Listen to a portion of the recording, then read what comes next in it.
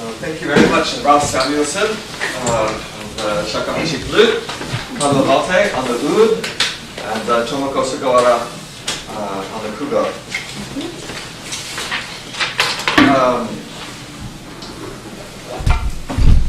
I'd like to start by asking Tomoko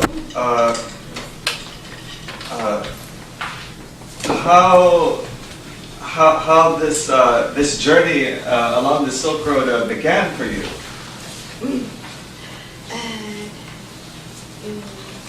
I knew this instrument, Kugo, about 15 years ago. Because before that, I'd like to explain this history. It was invented 2000 BC in Mesopotamia, and it died out 1000 years ago in East Asia, and 300 years ago in Islamic countries, and completely died out. And to Japan, this Kugo came. So anyway, it was Kugo spread all over around the Silk Road to Spain, from Spain to Japan, and it came to Japan about around probably 8th century, and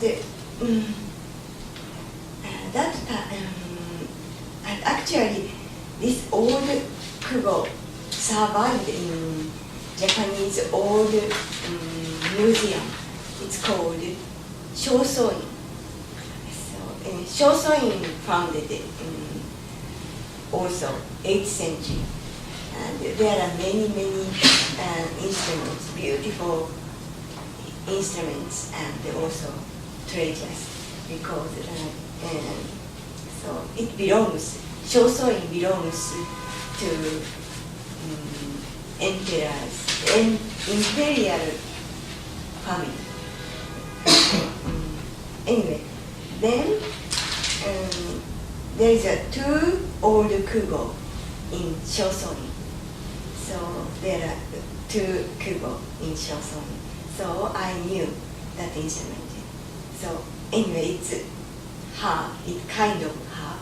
So I studied. I'm a harpist, and I studied concert harp, and also I play Irish harp.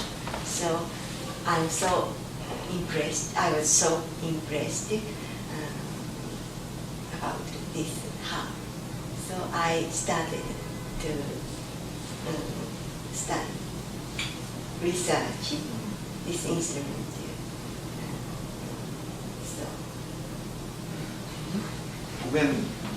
When the music is this old, I mean most of it, there were no recordings, and I'm guessing for the most part there is no sheet music. How do you research a sound? And how as musicians what do you look to for guidance of how to play? I think there's depending on what tradition you're talking about. There's even though there are a lot of manuscript texts from depending how far back you're talking about, at least in the 11th century and earlier, instrumental definitely during the 11th century and onward in Spain. There's a lot of different manuscripts, and definitely in the Middle East and Far East. The whole dilemma about not having a recording is, I mean, as musicians, use your own intuition and everything, but beyond that, there's also an oral tradition that's passed down. And then also there are places, for example, where you can see that the tradition hasn't changed much over many years. For example, in Spain, during the court of Alfonso de Villas, you'll see iconography and sculptures and pictures of an oud with a pipe and tabor, bagpipes, sometimes some instrument similar to this, VL singers, and different types of frame drums all playing together. And then if you go into the Berber Mountains, for example, in Morocco, you'll still see the same configuration of instruments with their own music, and actually sometimes you see the same melodies. And so as far as what did it sound like, well, we know the materials they wrote about how the instruments were built, and they're still, this built the same way for, thousands of years, actually. They're, with some different specifications. Specs are a little different because of the materials, but the quality of the sound is the same. So you start from there, and then a lot of these things are passed on. And if you look at some of the traditions that still are alive, that use the same instruments with the same sounds, and you put that together with, I guess, your musical intuition and the manuscripts, then you have a reconstruction you can begin with, and then you have a different way to play it with different musicians. So if I play this with someone else, or Ralph did, or Tomoko did, I imagine it would be different too, but still there's something that's the same because of the overall sonic quality. Can I ask a question? Yes. Is that okay? Yes. The Tang Dynasty pieces that you did in the beginning had such a kind of staid, courtly tempo. In Pickens' anthology that you took melodies from, were there any tempo indications? Or do you feel the freedom to, for example, if you felt like playing them fast, would you want to do that? I'm just curious because they all had that kind of staid, courtly tempo to them, and just wondering about that. So was the anthology like a ham anthology where it just kind of had the melody and then There was no tempo indication. there was no tempo right? indication? So Interesting. Yeah, so these pieces, there's no tempo indication, but there's a progression of tempo. And when this music from Tang Dynasty came to Japan, that progression was even more embedded in the system. And so typically, the music moves through slow, meaning fast, which in Japanese is called johaku. And that was true in Tang Dynasty China as well, but we don't know the So China didn't really take as much record of it as Japan took from China and then began to record. Well, also the Chinese, there are more Chinese manuscripts of the ancient Chinese music in Japan than there are And why in is China. that? Because the Japanese love to preserve things. I'm half Chinese myself, and there's always this interesting thing between China and Japan. Yeah, the Japanese really are very good at preserving it. She described these Kugo, which had disappeared so long ago from Japan, but they're still. Shosoin preserve many things. So one of them is Tang Dynasty's piece too. So already I heard in China manuscript already disappeared. But Shosoin had. If I can just ask one little other question. So the Kugo started in Mesopotamia, disappeared, came back, went to Spain, and then back to Japan? No. It started 2000 BC and spread to Japan, to China. To China first, okay. And then from Iran, China, Persia, and China.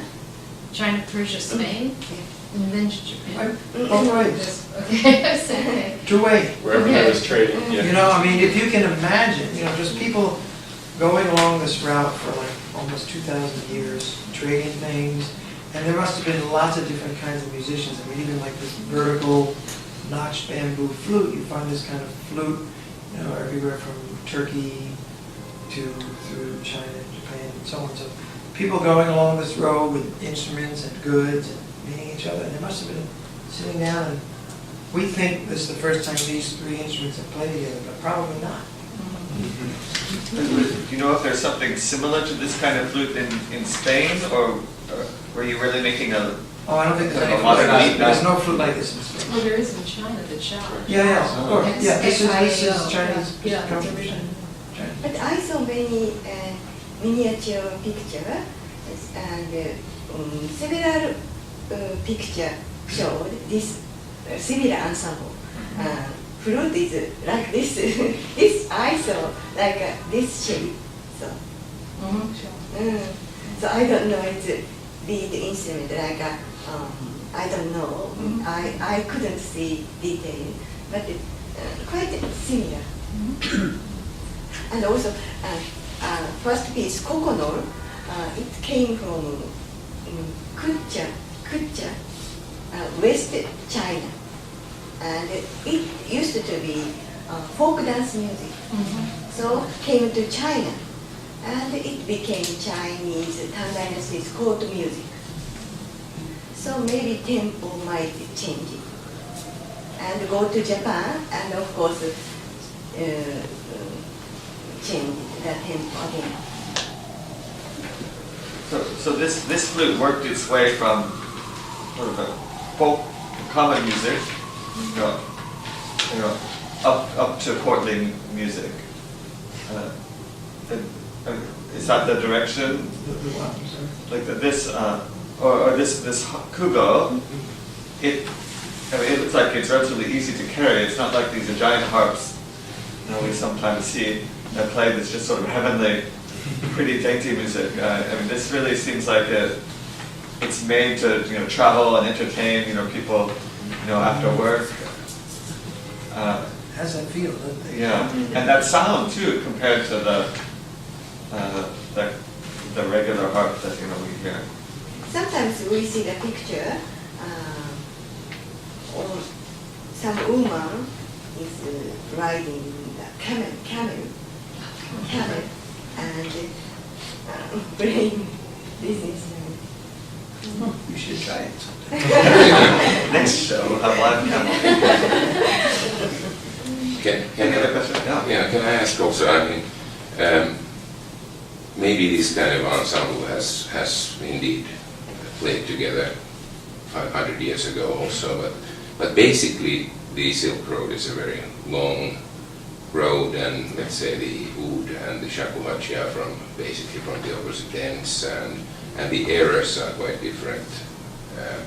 So you actually, Ralph, already mentioned that you have issues with the tuning and whether the scales and so on are different. Did you have to work a lot to? Oh yeah, I don't think it's a matter of the scales. It's simply that these are instruments that easily fall out of tune. Yeah. The strings, the strings probably get lower as you play them. Yeah, actually, generally. depending on how they're wound, some get lower, some get higher. Some get lower, some get higher. They easily fall out of tune as the temperature changes, as they're hit more. The flute, made out of natural material, bamboo, typically gets higher as you play it. So it's and actually one of the things we were talking about as we were preparing for this is in that era, Tang Dynasty China and even earlier, how much do people care about what we today call being in tune? And of course, we have no way of really knowing that. But there might have been some more flexibility in years, or maybe just a different way of hearing. Just a little other questions, like, shakuhachi wasn't obviously a gagaku instrument. It was, actually. Was it? Yes. Yeah. Just like Kugo. When the court orchestra came from Tang China to Japan, there was shakuhachi with it, there was Kugo with it. This died out like immediately. This went on till about 1100, and it was a very Chinesey type flute. It had 6 holes, and there are these gagaku shakuhachis in the shoso-in, and they're tuned to like a Chinese scale, but it's a flute of this form. Then it died out, and several hundred years later reappeared indigenously in Japan as this instrument of wandering Buddhist monks. So like the tori that you played, which had this, the shakuhachi was really imitating the bird. Yeah. So would that have been played with the shakuhachi originally, or Oh, would it might well have. I mean, there's no way of knowing. I mean, I don't know. Just sounded like it was made for shakuhachi. Well, I tried to make it sound like bird. But I'm always thinking the balance. So that time, of course, there is no amplifier. So I chose good balance instrument. So I think it's quite good ensemble. Maybe I can, maybe in time period,